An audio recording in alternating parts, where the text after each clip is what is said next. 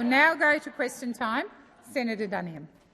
Thank you, President. My question is to the Minister for Early Childhood Education, Senator Walsh. Given the state and territory governments are responsible for the majority of urgent reforms that need to be made to Australia's broken childcare system to ensure we're properly protecting our kids, when will childcare laws across Australia be fixed? Thank you, Senator Duniam. Minister Walsh. Thank you very much, President, and thank you, Senator Duniam, for the question. It has been a really distressing time in early childhood education as these devastating allegations have been brought forward, and it's a really difficult time for all of those families of children affected, those families who have children in early childhood education and care, and really the whole community who is watching what's going on. We think it's really important, Senator Duniam, that we use every lever that we have to make sure that we can keep children safe in early childhood education and care, and make sure that parents have the confidence that they're safe too. We have introduced, as you know, really important Commonwealth legislation to cut funding from those providers who put safety ahead of profit. And at the same time, we are working shoulder to shoulder with the states and territories. Senator Duniam. Just on a point of order on relevance, I asked specifically about the laws that are to come into effect from a state and territory point of view. I'm happy with the federal stuff, but would be keen on the rest. I'll draw the minister to that part of the question. Senator Walsh. Thanks, Senator Duniam. And I had just come to the states and territories on what is a really important issue for children and for families. We are working with the states and territories right now, shoulder to shoulder. We think what families want to see right now is all of us working together, and we will have at the next standalone urgent Education Ministers meeting in August a strong and significant package of child safety reforms because, as you know, every child deserves to be safe in early education. Thank you, Minister Walsh. Senator Duniam, first supplementary. Thank you, President. By what specific date have you asked state and territory ministers to have these urgent reforms in place? Thank you, Senator Duniam. Minister Walsh. Thank you, President. Thanks, Senator Duniam. So I attended my first Education Ministers meeting at the end of June. And at that meeting, both Minister Clare and myself tasked officials with coming up with an urgent plan for reform. We also scheduled a standalone Education Ministers meeting for August, solely focused on this package of significant and strong reforms, including the first ever nationwide register of early childhood educators. Minister Walsh, please resume your seat. Senator Ruston. Thank you, President. On direct relevance, Senator Duniam's question was very, very tight. He asked simply by what date can Australian families expect to know when these measures are going to be put in place? I think the minister is being directly relevant to the question. Order, order. I am giving a response. Order. Order. If a senator stands to make a point of order, I expect senators to be silent as I respond to it. The minister is being directly relevant. Thank you, Senator Ruston. Minister Walsh, please continue. Thank you. And you've asked for dates. We had a meeting at the end of June. We organised an urgent second meeting, which will be towards the end of August. Thank you, Minister. The time for responding has expired. Senator Duniam, second supplementary. Thank you, President. Minister, have you or have you not asked state and territory ministers to have these urgent reforms and improvements to laws to protect our children completed and in place by a certain date? And if you haven't, why haven't you? Minister Walsh. Senator Duniam, Thanks for the question. I think this issue of keeping children safe in early childhood education and making sure that parents have the confidence that they are safe is absolutely an issue that should be above politics. And we have really appreciated on this side of the chamber your bipartisanship and your offer of ongoing bipartisanship for the reforms that we're working on, both in terms of the legislation and what will be a strong and significant package of reforms brought by our education Minister ministers. Walsh, please resume your seat. Senator Cash. Thank you. And the point of order is again in relation to direct relevance. We all agree the reforms are urgent, which is, President, why we have asked by what date has the minister given to the state, and in place by a certain date have you asked them this?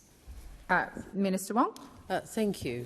And I would make the point first on this, what we thought was a bipartisan set of propositions. Have you got a point of order? I do have a point of order, which is the minister is.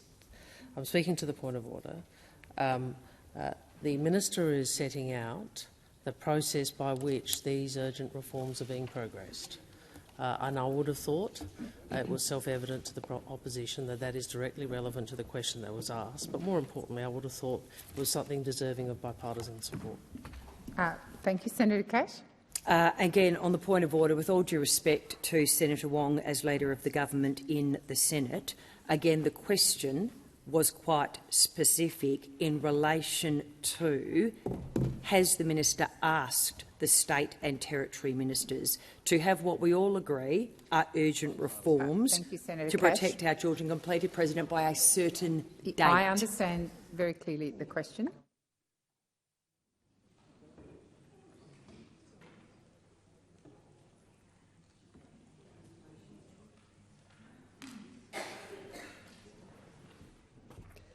Senator Cash, it is my view that the minister is being relevant, but I will point her to that specific part of the question. Minister Walsh. Thank you, President. Officials and states and territories are in absolutely no doubt that these reforms are urgent. It's why we've called a special meeting to consider those reforms. Thank you, Minister. Senator Polley. President, my question is to the Minister representing the Minister for Employment and Workplace Relations, Senator Watt. Prior to the election, big retailers like Kmart, Big W and Costco, as well as businesses in the clerical and banking sector, applied to scrap penalty rates for workers earning less than $60,000. This move would have sent Australians' pay packets backwards and meant an overall reduction in their wage of up to $5,000 every year. What steps did the Albanese Labor government take to oppose this application, and what will the re-elected Labor government do to protect workers' wages? Thank you, Senator Polley. Minister Watt. Thank you, President, and thank you, Senator Polley, who, along with every other Labor senator, has a very proud record of standing up for the penalty rates and wages of Australian workers. Well, as Senator Polley will remember, the first term of the Albanese government, one of our core aims was to ensure that Australians would earn more and keep more of what they earn. In our first term, the Albanese government delivered landmark workplace relations reforms. They still haven't heard the message that Australians want to earn more and keep more of what they earn. In our first term, the Albanese government delivered landmark workplace relations reforms with a clear goal of getting wages moving for Australian workers, and that's exactly what we achieved. We addressed loopholes that undermine principles of fairness and improved access to secure jobs and better pay. We've reinvigorated enterprise bargaining, resulting in more cooperative, productive workplaces. We put gender equality at the heart of the workplace relations framework, helping drive the gender pay gap to its lowest level on record. We improved workplace conditions and protections across the board. And in every annual wage review since taking office, we've backed minimum wage increases, with our most recent submission calling for an economically sustainable real wage increase. And I'm pleased to see that from the 1st of July, minimum wages have been increased by 3.5% ahead of inflation. Now, these were significant and important reforms in our first term, but we know that there's more to do. And right now, the modern awards safety net can be undermined. Currently, penalty rates and overtime rates in modern awards can be rolled up into a single rate of pay that leaves some employees worse off. And there are currently cases on foot where employers in the retail, clerical and banking sectors are seeking to trade away the penalty rates of lower-paid workers on awards. Our government doesn't think that's fair. It's why we intervened in those cases to block that from happening, and it's why just today the Minister for Employment and Workplace Relations, Minister Rishworth, has introduced legislation to protect penalty rates, and we expect to see the whole House support that. The time for answering has expired. Senator Polley, first supplementary. Thank you, Minister. It is understood that penalty rates are a vital part of modern awards safety net, which supports some of the lowest-paid workers in our country. But why do penalty rates and overtime rates matter so much to these Senator workers? Polley, resume your seat. Senators, particularly those on my left, there needs to be silence while the question is asked. Senator Polley, please continue. Want me to start from the beginning? No.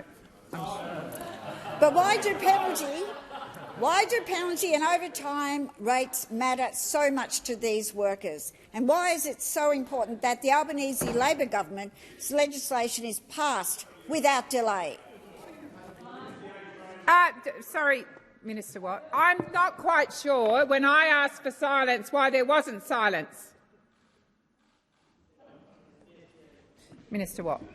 Thank you, President. Well, I'm not surprised to see members of the opposition moaning and groaning about this topic, because we know they've never met a worker who depends on their penalty rates to pay their bills. And we know that they still haven't heard the message that Australians voted for a government that ensured that they are earning more and keeping more of what they earn, and they rejected an opposition who was about cutting pay and making work more insecure.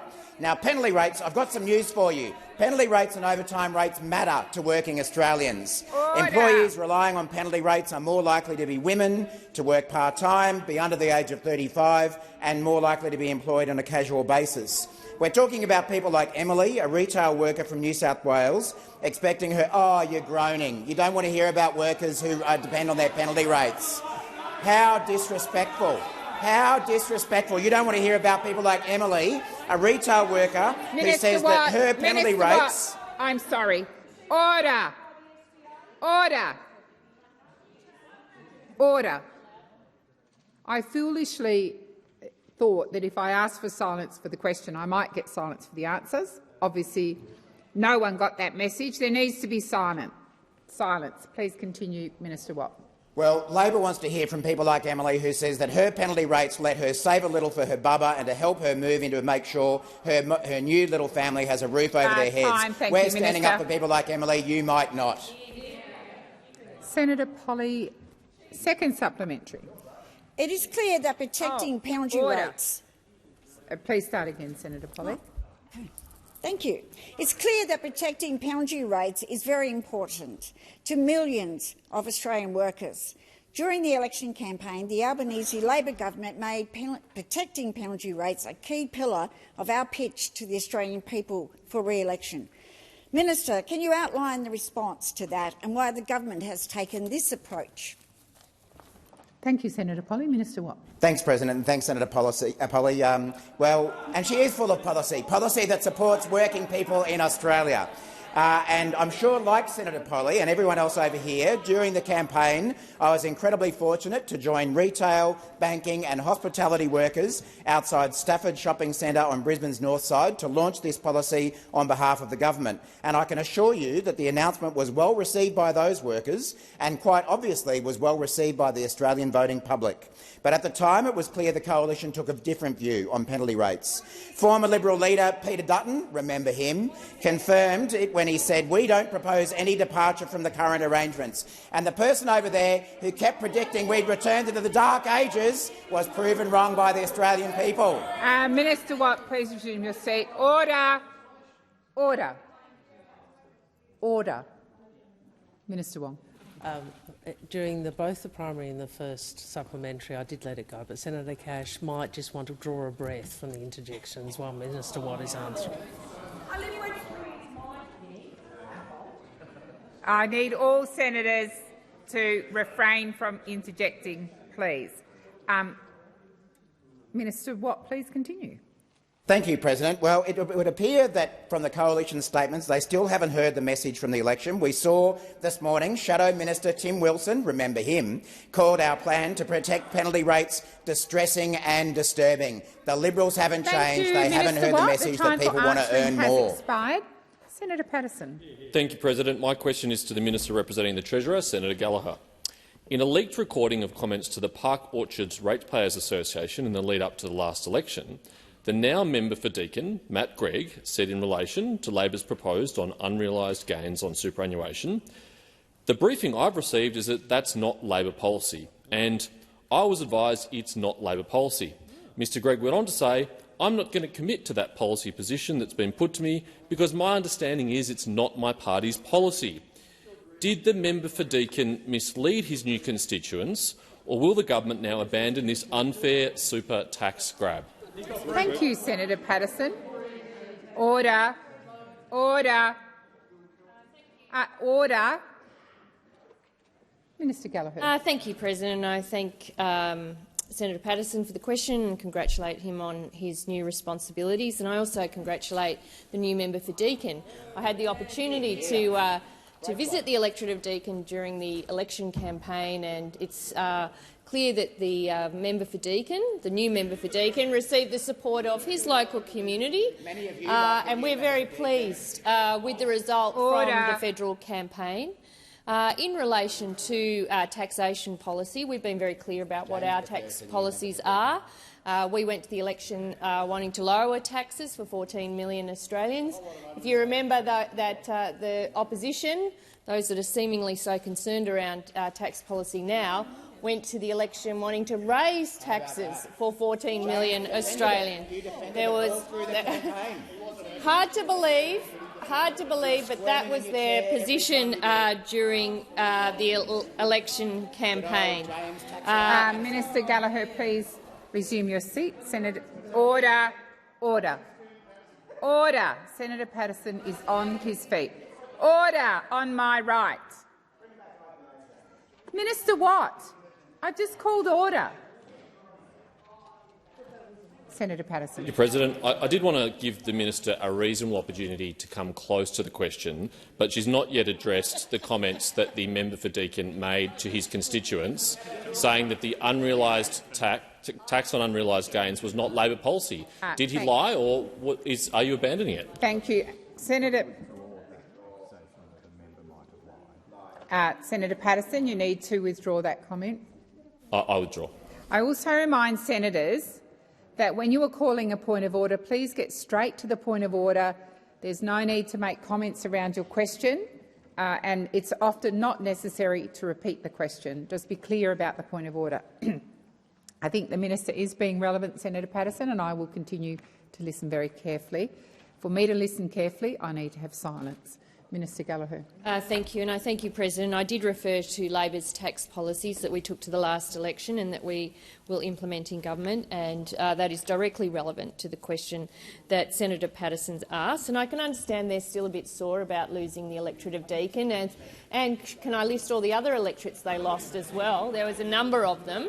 And I think critical to that, the loss, that they are clearly still mourning over the other side of the chamber, is the policies on tax that they took to the election, which was to increase tax for 14 million Australians. And people understood, and they understood the choice, and they made that choice, and they elected Labor members, and in particular in relation to this question, into the electorate of Deakin. Now, our tax policy was clear. Our policy on high balance super accounts has been clear. We took it to the election. We said we would.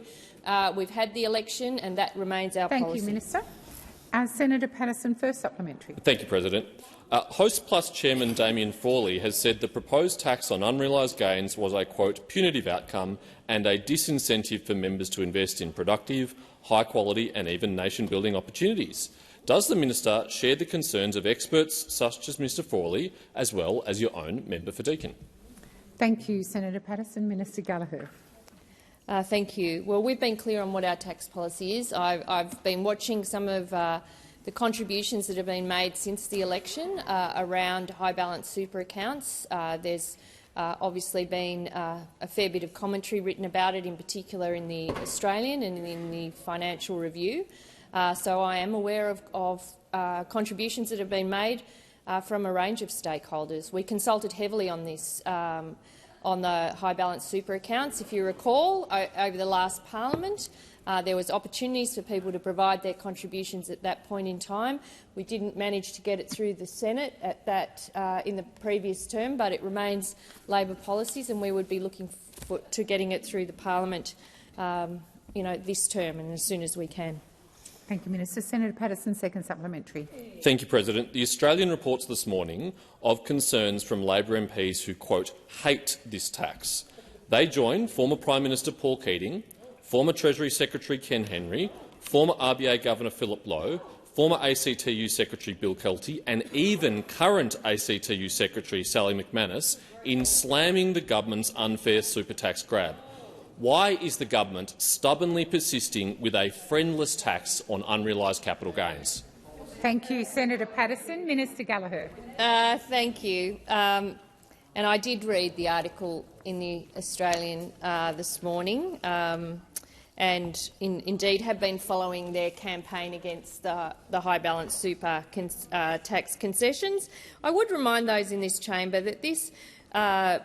The proposal by the government, the high balance super tax policy that we have, affects about 0.5% of people with super balances over $3 million, and it's still concessional rates of tax, just not as concessional. So I think we need to get a bit of perspective here. Some of the contribution, and I understand the Australian is running a campaign against it. It's pretty obvious. We've seen contributions being made from a range of stakeholders about elements of the design of the tax policy. It remains Labor's policy, and we think it's a modest and sensible change to the super concessions arrangement to ensure that super remains fair for all. Has expired. Senator Shoebridge. My question is to the Minister for Foreign Affairs, Senator Wong. The Albanese government is trying to appease an increasingly belligerent United States, having recently provided an additional $800 million to the US military as part of AUKUS, bringing the total money paid to Donald Trump under AUKUS to $1.6 billion, right at the same time that Donald Trump has put AUKUS under a blowtorch with a review that might see the subs cancelled. What possible justification can the government provide as to why we've given Donald Trump $1.6 billion for nuclear submarines we may never get, with no strings attached and no clawback? Thank you, Senator Shoebridge. Minister Wong. Thank you, President. Well, I think the Greens political party's position on AUKUS is well known. I think the Greens political party's position on the US alliance is well known. You're entitled to those views. They are views that do not accord with the views of the majority of the Australian people. And they are views that we do not share in this government, and I would hazard a guess, I would hope, those on the opposite side would not share. Now, well, I'm talking about AUKUS, and you've made your views on that very clear, Senator Shoebridge. Well, are you going to keep interrupting? I like the way standing orders. You're happy with standing orders for yourself, but not for anybody else. Is that how it works? Yeah, it is over there. You done? Order. Oh, through the chair, Senator. I'm pleased that you are again seeking to impose standing orders on everybody else that you don't impose on your members. That you don't Minister impose Wong. on their members. Minister Wong, Far please out, resume your seat. Order. Order. Order. Senator Shoebridge. President, I just ask you to direct the minister to provide an answer to my question about the $1.6 billion paid to Donald Trump under AUKUS. Thank you, Senator Shoebridge. If you want the minister to answer your question, don't make interjections because, as you know, the minister is also entitled to respond to interjections. Minister Wong. Well, thank you. I will come to the question, but I think the hypocrisy of the Greens is clearly on display, that they believe the standing order should be used to protect them, but not anybody else nor any other standard in the chamber. And we all see that, Senator Shoebridge. You dish it out, but you can't. Please resume your seat.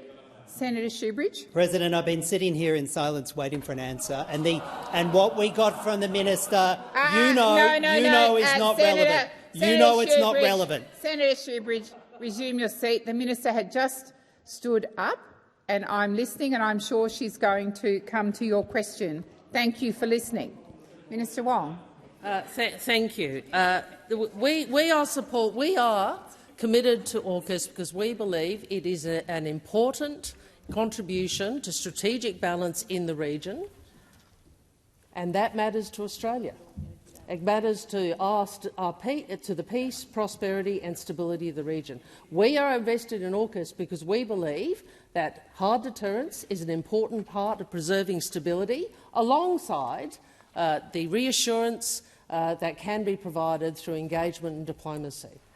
So everything we do, whether it is through the AUKUS partnership, through our engagement with ASEAN and through the East Asia Summit, whether it is our alliance with the United States, our special strategic partnership with Japan, our deep friendship and cooperation with the Republic of Korea, our work with India, our work through the Quad, our work in the Pacific. Thank it you, is Minister all about Wong. stability and peace in our region. Expired. Senator Shoebridge, first supplementary. Thanks, President. Minister, we've been told time and time again by Labor that AUKUS is based on shared values with the United States. How do we share values with the United States under Donald Trump that has withdrawn funding from UNESCO for alleged divisive social and cultural causes, pulled out of the Paris Agreement on climate and caused chaos with its traditional defence and trade partners around the world? How do we share values with that regime? Thank you, Senator Shoebridge. Minister Wong. AUKUS is about Australia's interests.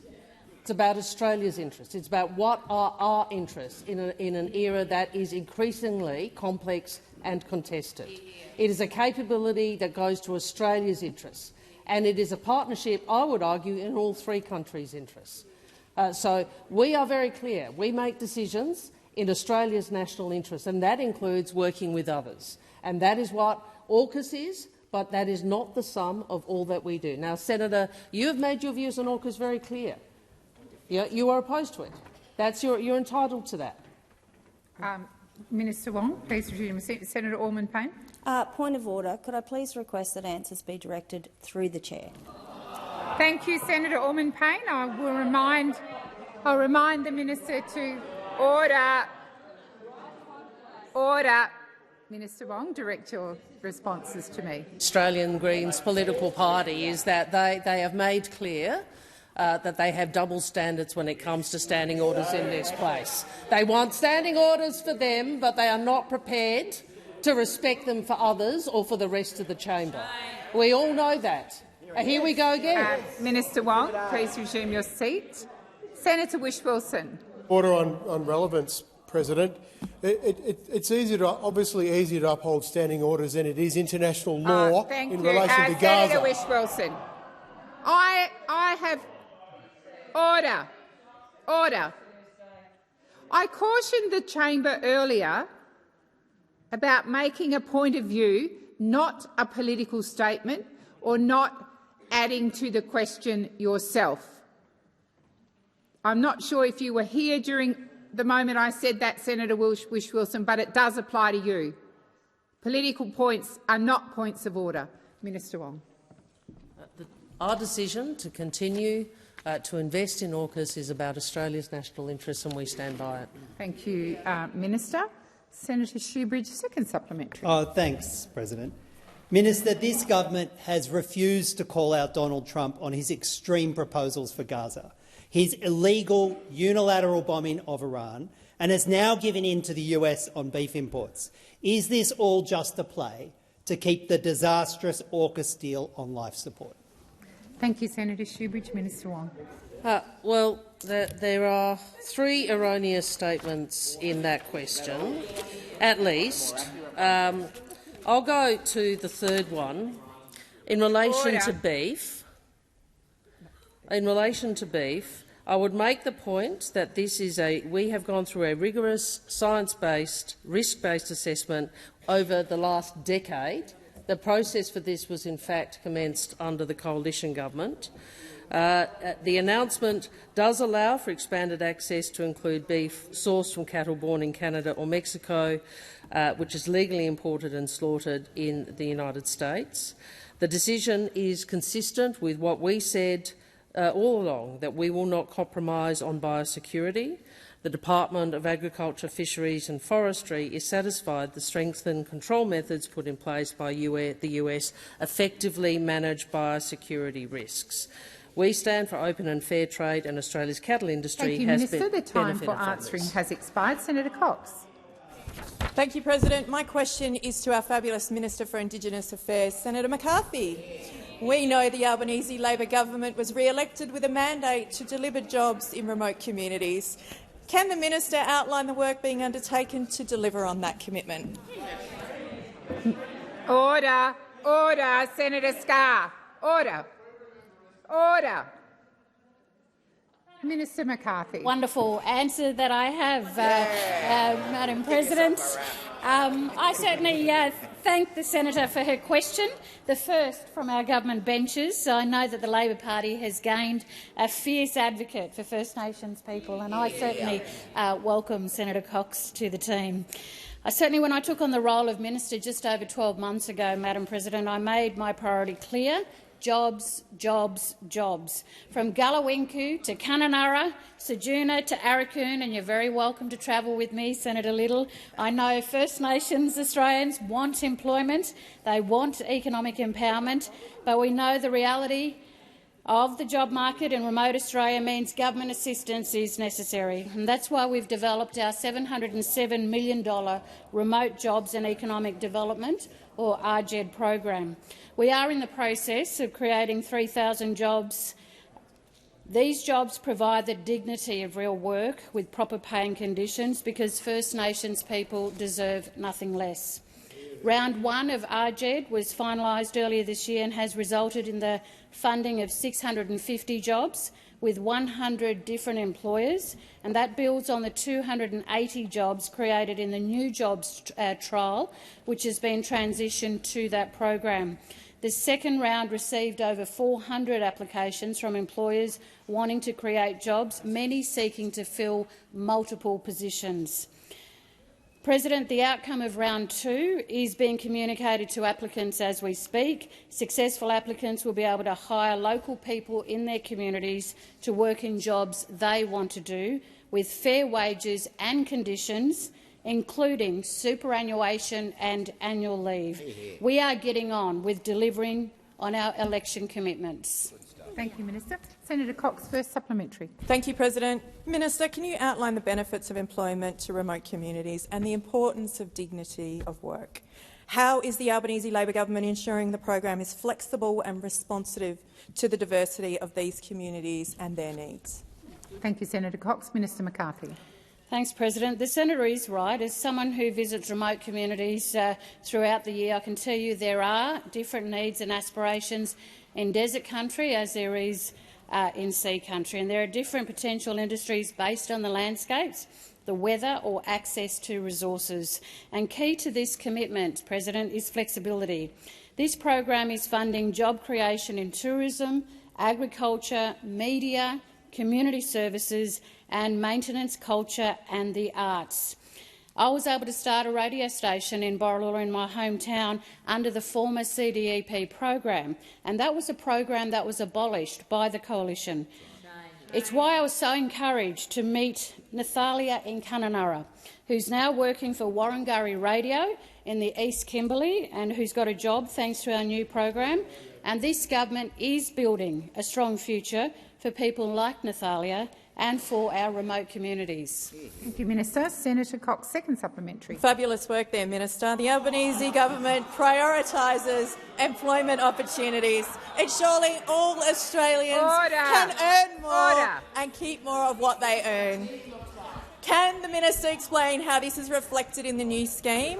How do programs she outlines differ from the government's CDP scheme, and why has the Albanese Labor government changed that approach? Order. Order. Minister McCarthy. These guys do not like to be happy, President. They don't want people to be happy. Sour. You know, the contrast between that side and this side is we want to see people with dignity in work. We believe in that, and we believe in, well, you believe in income management and punitive work for the dole practices. So when you abolished the CDEP, you ran a wrecking ball You did, through communities, right across communities. And we are still trying to fix the mess from that period. We are. We are working much more than you did with our communities, with our regional remote areas. Senator Price, I haven't seen you in any of these communities, so you wouldn't know what's going on out there. There's no sky after dark there. So out of the ashes of the Coalition's mess, we are building a program that will provide opportunities and empowerment to First Nations people. The time for answering has expired. Senator Payman. Thank you, President. My question is to the Minister for Early Childhood Education, Senator Walsh. The issue of childcare has been a topic of national debate in recent weeks. The safety of children is very important to us all. What has received less attention is actually the effect that having a child today have on parents. Many parents want to be able to raise their kids at home, but economic realities mean they're forced to enrol their children in early childhood education while they work, if they can find a centre available. With rising mortgages, utilities and other cost of living factors, how is this government supporting parents to stay at home if they choose to with their kids? Thank you, Senator Payman. Minister Walsh. Thank you, President. Thank you, Senator Payman. This is the first meeting of this Parliament during which paid parental leave has just gone to 24 weeks. We understand that families want to spend more time with their children when they're babies. And this was a great Labor reform that started under the Rudd-Gillard government when paid parental leave was introduced for the first time at 18 weeks. And it sat there at 18 weeks for about 10 years under those opposite until we returned to government and brought paid parental leave back to 24 weeks starting in July and 26 weeks next year. So we understand that families, mums and dads, want to spend more time at home with their new babies. We also understand, Senator Payman, that the realities of modern families are that often both parents need to work. They need to go back to work to support themselves and their families. And quality, affordable early education is absolutely critical for that. It's critical for mums who want to go back to work. It's critical for families to help them pay their bills. It's critical for mums and dads to participate in the labour market. And there are also, of course, Senator Payman, huge benefits for children of quality early childhood education. We know that it's a game changer for young children to participate in quality early learning that sets them up for school and for life. Thank you, Minister. Senator Payman, first supplementary. Thank you, Senator Walsh. Minister Clare has said that there are overwhelmingly higher levels of quality care at not-for-profit childcare centres. Despite this, 90% of childcare centres are run for-profit, many of which have been found to be deficient in recent times.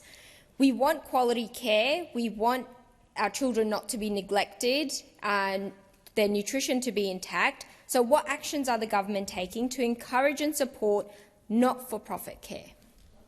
Thank you, Senator Payman. Minister Walsh. Thanks so much, Senator Payman.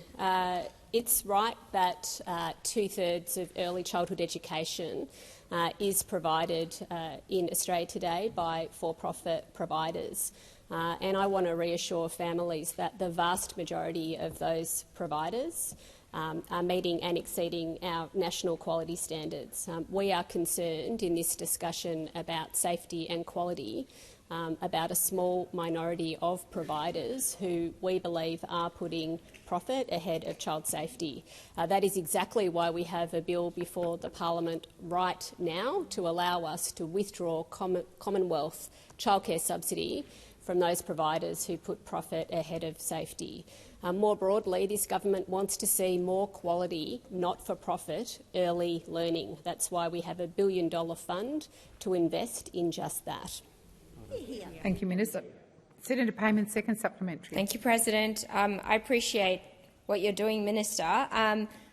Last year, the Productivity Commission completed its review of early childhood education and care. The report contained many recommendations, including a review of the National Quality Framework.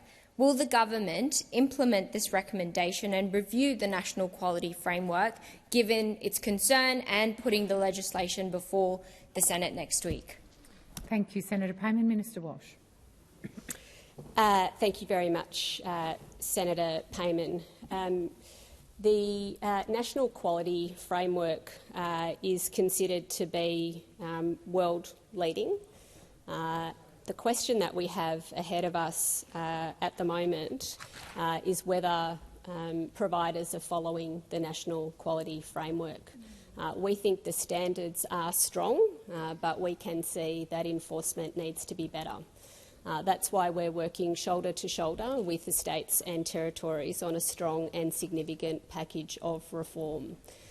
Those reforms include the first nationwide register of early childhood educators, and also mandatory child-safe training across providers and educators to give everyone in our early learning settings the tools to help keep children safe and to give parents the confidence that their children are safe.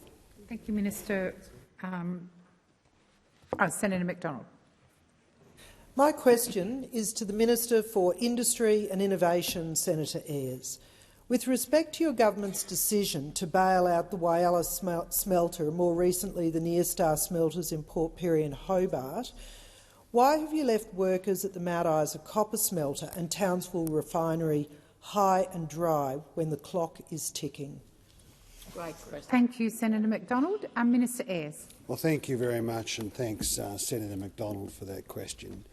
I'll make a few points about the two firms or enterprises that you referred to, and I'll come to, of course, to that very important facility in Mount Isa that is currently run by Glencore.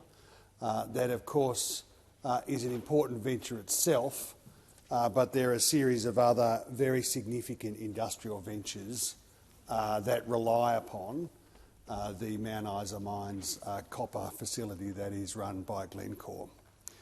In terms of the Whyalla intervention that you refer to, it is very important that corporate Australia learn the right lesson from the Whyalla intervention. It is a very significant intervention, not just by the Commonwealth Government, led by the two governments, South Australia under Peter Malinauskas, that very fine Premier of South Australia, and the Albanese Labor government.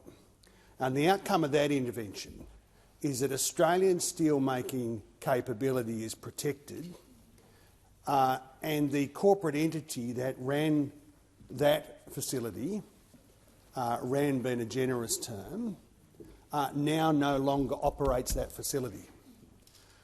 In terms of the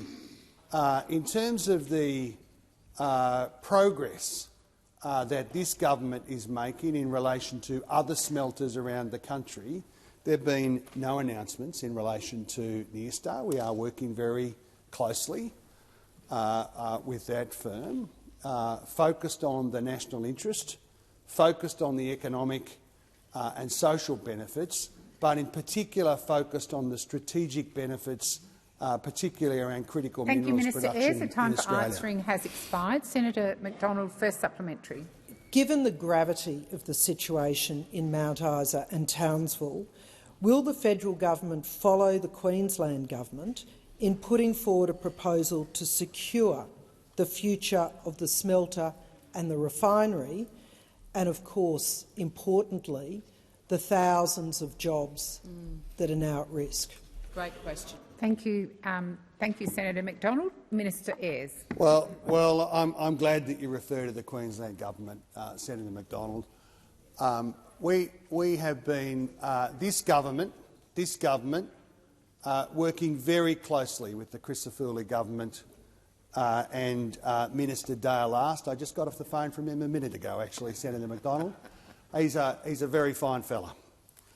I travelled recently after meeting with Premier Crisafulli with Minister Last to Mount Isa to meet with Glencore, to meet with the Mayor and community representatives in Mount Isa. We are very focused. We are very focused, not on pointing fingers at state governments, but at working in cooperation, with state governments, and they have been very engaged with Glencore. Thank you, Minister. Senator McDonald, second supplementary. It's reported that you'll be meeting with Glencore today. How many times have you met with Glencore before today's meeting? Right. Thank you, Senator McDonald. Minister Ayres. I'll come back to you if this is wrong, but at least twice, perhaps more than that, but at least twice. I did meet with representatives of Glencore again today and have been closely coordinating with colleagues in the Queensland government about the approach that the Queensland government has taken to that set of issues and engaging, of course, as you would expect, over a facility that is of this importance. I've got no trouble with timekeeping, Senator McDonald. Order. Very conscious of the importance of that facility for Mount Isa, for the region, for the copper industry, for the facilities that rely upon it, for the Queensland economy, in Australia's broader strategic and economic resilience national interest. Thank you, Minister Ayres. Senator Roberts. Thank you, President. My question is to Minister Watt, representing the Minister for Immigration. In July, the Australian Skills Quality Authority issued notices cancelling the qualifications of more than 4,200 foreign students, largely studying aged care and early childhood, after education provider SPES Education Proprietary Limited was deregistered for running a cash for diplomas operation scheme. In 2024, 23,000 foreign students were caught purchasing their qualification, which is a breach of Condition 8202, applying to all Class 500 student visa holders. In short, Minister Watt, these foreign students are in breach of their visa. Minister, will you cancel the visas of these 23,000 students and any others who cheated when purchasing their qualification? Thank you, Senator Roberts. Minister Watt. Thank you, President, and thank you, Senator Roberts. While I understand that you prefer to ask these types of questions through the frame of migration, actually the matters that you're asking about probably more fit within the responsibilities of the Minister for Skills and Training, Minister Giles, but I do represent him here, and so I can still answer that question. We're very proud of the fact that we've reformed the compliance measures around international education to weed out the shonks who've been running international education operations and proliferated under the former coalition government. The international training system that was left behind by the Morrison government was not just a joke, it was crooked.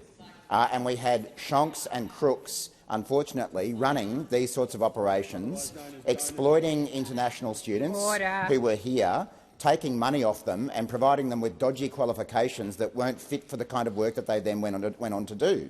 So we are proud of those reforms, and as you say, Senator Roberts, it has resulted in thousands of qualifications being cancelled, as they should have been, because in some cases people were being awarded qualifications without doing any training or any study whatsoever. It was basically pay for a qualification and you got it. That's not how the system should work. It's how the system worked under the former coalition government, but it's not how the system works under this Labor government. So we make no apology for taking back the qualifications of people, students, so-called students, who have obtained qualifications through those means, and we make absolutely no apology for going after the shonks who were running those kind of organisations. They have no place in our system. They actually tarnish Australia's reputation as a provider of international education, and we'll continue to go after them. Thank you, Minister. Senator Roberts, first supplementary. Thank you, Minister. Under both Australian and Queensland law, a person who obtains a job using a faked qualification has committed 2 offences, using deception and forgery to obtain a financial advantage. Both carry a penalty of 7 years in jail. This is not just a foreign student breaching their student visa conditions. This is serious criminal behaviour. Minister, have you brought in so many foreign students and so many new arrivals that you have lost the ability to police clear-cut federal law? Minister Wong. President, I'd ask for you to consider whether that question is in order, given that it appears to go to a question about criminal provisions or offences under state legislation that clearly can't be in the portfolio responsibilities the minister representing. Thank you, Senator Wong. Oh, Senator Roberts. My question goes to the quality of immigrants that are being allowed into this country, turning out to be criminals. Senator Roberts, you also referred to the qualifications or the penalties in the Queensland and Australian jurisdiction. Senator Scarr. Sorry, President, point of order. Just speaking on the point of order, it is a fact that the Australian immigration legislation does cross-refer to state criminal legislation with respect to calibrating what is serious or not so serious criminal conduct. Right. So I just provide that for your assistance.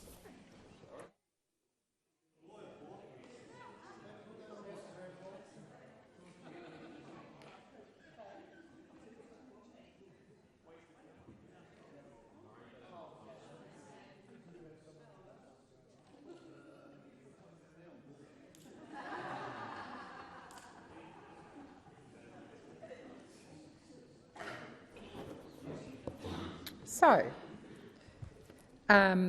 in response to your point of order, Senator Wong, the minister can answer the question to the extent that it goes to his portfolio or portfolios, to his areas, but I do remind everyone in the chamber it doesn't go to legal opinion. Minister Watt. Thanks, President. Senator Roberts, I think we're all used to you and other One Nation senators asking questions that involve pejorative statements towards migrants, and it would appear that that's the intention for this term as well. That's a matter for you, how you decide to use your questions. What we're focused on— Please resume your seat. Senator Roberts. Under the imputation, President. I happen to be an immigrant. There's no need for the added piece.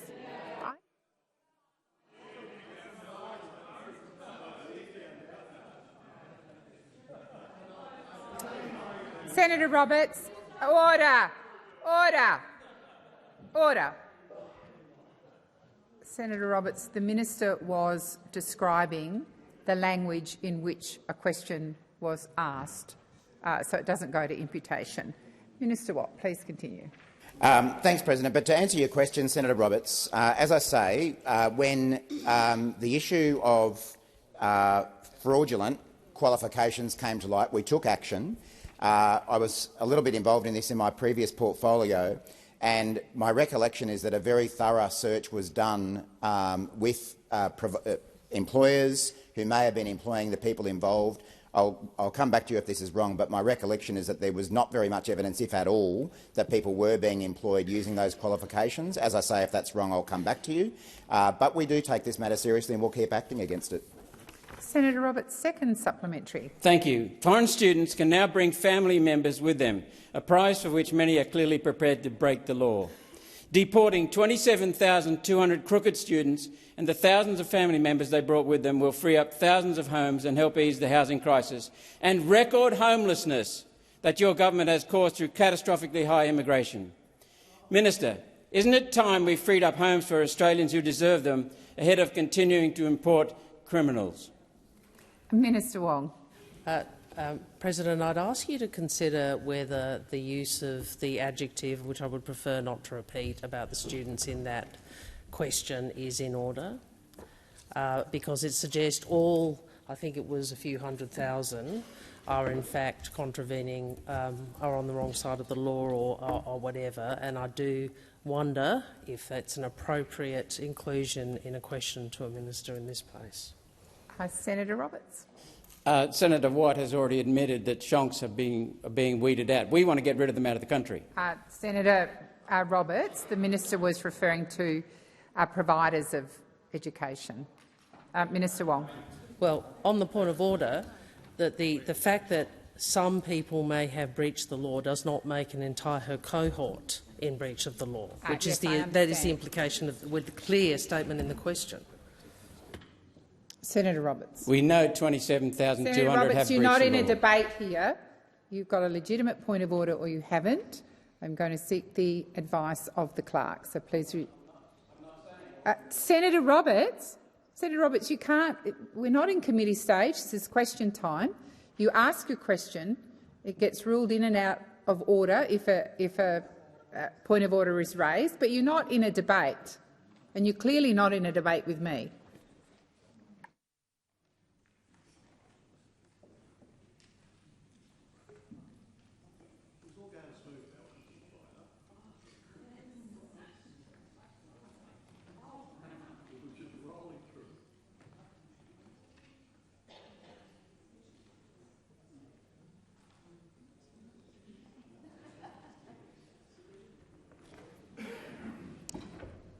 Senator Roberts and Minister Wong, as is my usual practice, I am happy to review the language, but ultimately I would remind all senators that language used in questions is ultimately their responsibility and ultimately a reflection on them if there is some offence. So I will call Minister Watt.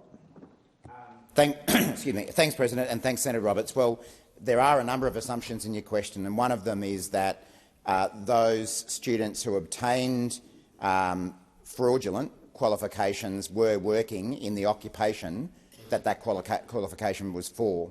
And as I say, I'm checking my records as to that situation, but I don't think you should necessarily make that assumption. It's one thing for someone to obtain a fraudulent qualification, and that is wrong. And as I say, we've taken action about that against the students by cancelling their qualifications, and also we've taken action against some of those shonky providers.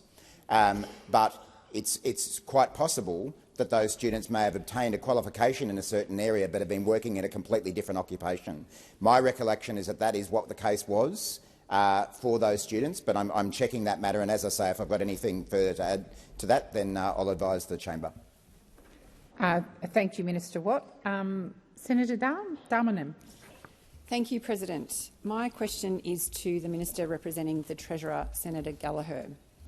Senator Gallagher, the Albanese Labor government's first-term economic agenda focused on budget repair, providing targeted cost of living relief to support Australians, while reducing inflation and getting wages moving again. The Treasurer has spoken about the decades-long productivity challenge facing Australia and other developed countries around the world. What are the priorities for this government in its second term, and how will we continue to use the budget to support Australians? Thank you, Senator Darmanin. Minister Gallagher. Thank you, President. I thank Senator Darmanin for the question, and it's an important question. As outlined in that question, our focus on budget repair in the last term, providing that cost of living help in targeted ways that didn't add to the inflation challenge, getting wages moving again, was all part of our economic plan, and I'm really pleased to update the Senate that the final budget outcome for the 24-25 year, we are forecasting a deficit in the low double digits, which is around half of what we expected at budget time and about a quarter of what we inherited from those opposite when we came to government, showing our significant budget repair work is continuing to pay dividends. And that means that we have been able to find room to help families and households with those cost of living pressures. As the Treasurer has also said, productivity growth is well known to be a challenge facing Australia and indeed other economies. Our productivity problem hasn't been with us for a couple of years. It's been with us for a couple of decades. In fact, I can hear those opposite interjecting, so I'll take that, because it's important that they accept that the Coalition oversaw the worst decade of productivity growth in more than 60 years. We are having to deal with that challenge that they didn't deal with when they were in government. The 22 election coincided with the largest quarterly fall in productivity growth in almost half a century, another feature of the Morrison government at that time. Over the decade to 2020, average annual labour productivity growth in Australia was the slowest in 60 years, falling to just 1.1% compared to 1.8% over the 60 years to 2019-20. Now, we have— Thank you, Minister. The time for answering I've got plenty of time to— Senator Darmanin, first supplementary. Thank you for that answer and for your hard work in the significant budget repair that you've just started to outline for us. The Treasurer has made clear that driving productivity is a key focus of the second term for the Albanese Labor government. This will be a collective effort across the economy between government, business, the community sector and worker representatives. What is the government's plan to bring these groups together and to lead an effort to boost productivity in our economy? Thank you, Senator Darmanin. Minister Gallagher. Thank you very much, President. I thank Senator Darmanin for the supplementary. We have a 5-pillar productivity agenda that is also being reported on by the Productivity Commission around creating a more dynamic and resilient economy, investing in the net zero transformation, something that those opposites still don't accept. Building a skilled and adaptable workforce, harnessing data and digital technology and delivering quality care more efficiently. The Economic Reform Roundtable will take place from the 19th to the 21st of August, right here in Parliament House, and it will bring all parties together to build a consensus approach to improving productivity, enhancing economic resilience and strengthening budget sustainability. Because we, on this side of the chamber, do want a frank and welcome a frank conversation about the future of our economy. We want real talk about real reforms that will deliver real improvements to living standards and to the budget, and we're looking for cooperation and consensus over conflict and ideas over ideology. The time has expired. Senator Darmanin, second supplementary. Thank you, Minister. Could you just explain a bit further why is it important for the government to lead this discussion, and how are the many interested voices in this discussion being heard? Minister Gallagher. Thank you, and I thank Senator Darmanin for the supplementary. Well, the government accepts that we can't solve this problem alone. This will require a collective effort across the economy between government, business, the community sector and unions. And in a show of good faith, we've also invited the Coalition to attend, because we are making a genuine attempt to find common ground, not to re-prosecute the policy differences and arguments of the past. Now, I've seen some being optimistic about their attendance, others that are ridiculing it and calling it a talk fest, so I really do hope that their representative from the other place does attend with an offer to or the opportunity to engage cooperatively in those discussions. The government is looking forward to those discussions. There is much more to do, and we are wanting to work with all of those unions, community sector, government and business working together. Thank you, Minister. Minister Wong. Thank you, President. I ask that further questions be placed on notice.